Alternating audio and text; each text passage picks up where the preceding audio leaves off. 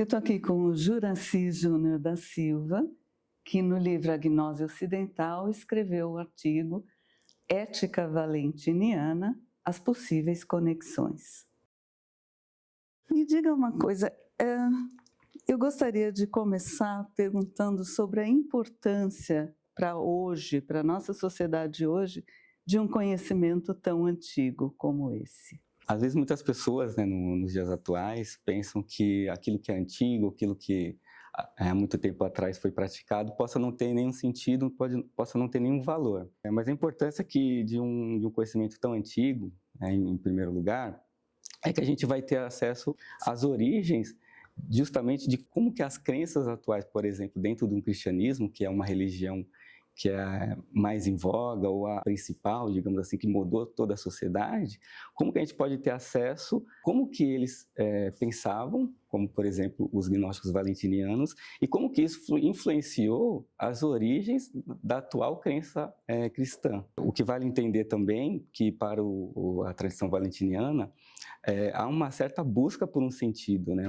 Um sentido da sua existência, há uma busca por uma resposta das suas origens, o motivo de estar nesse mundo, como que a gente pode se aperfeiçoar, se conhecer e manter uma relação com o divino. Nesse sentido, a tradição valentiniana ela vai trazer para nós um aspecto que, para mim, ele foi herdado justamente não apenas da tradição paulinista, como também do judaísmo messiânico, que é um caráter pietista.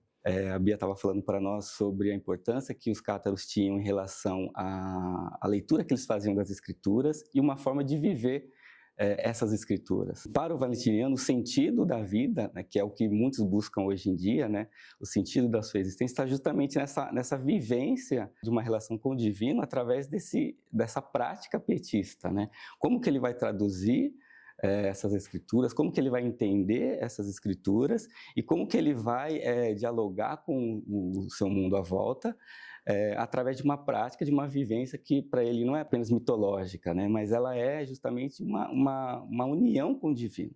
E essa tradição valentiniana, ela realmente considera o mundo como algo ruim, muito ruim, que tem que ser combatido, como os críticos falam, ou não? Como você vê isso? Então, junto com os textos de Nag Hammadi, não temos apenas os textos dos gnósticos, né? Temos também textos, fragmentos, como traduções dos textos de Platão.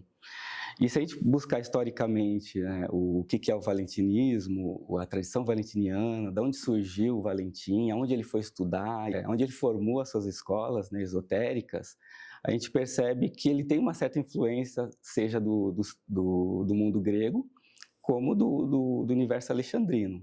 Nesse sentido, ele enxerga, a gente pode ver isso no Tratado Tripartido, que ele enxerga, a tradição valentiniana enxerga o mundo, o cosmos e até mesmo o demiurgo como um administrador justo, como um mundo belo. Os termos que são usados ali, eles trazem essa conotação. Por mais que se entenda que o ser humano ele tenha uma dimensão divina vivendo numa casca, né, uma casca que vai tentar sempre chamar a atenção do sujeito para uma vivência material, ou viver sempre preocupado com o mundo que está circundando a ele, né? Existe algo bom nisso, porque é justamente o fato dele estar nesse mundo que ele vai ter a oportunidade de ele buscar suas origens, buscar conhecer a si mesmo, buscar uma relação com o divino. Então, não só por isso, né? Mas o próprio Ptolomeu ele diz isso na Epístola Flora, né? Que o demiurgo, o criador, que é um aspecto do divino, ele é um administrador justo. Então, atendo que essa concepção que os críticos têm em relação aos gnósticos, especialmente os valentinianos, é uma concepção equivocada do como eles pensavam o mundo, o demiurgo e a própria matéria em si. Isso é bem interessante. E você concordaria com uma frase assim, só a gnose salva?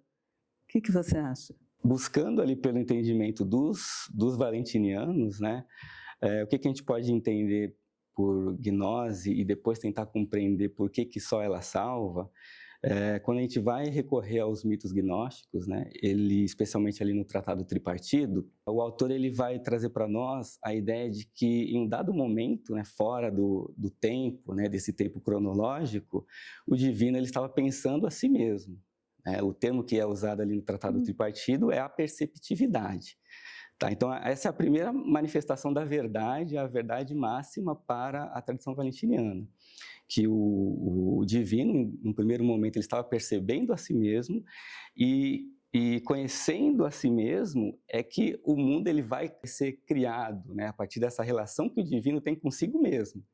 Ele percebe quem ele não é, e o mundo ele vai sendo manifestado até se tornar numa forma material.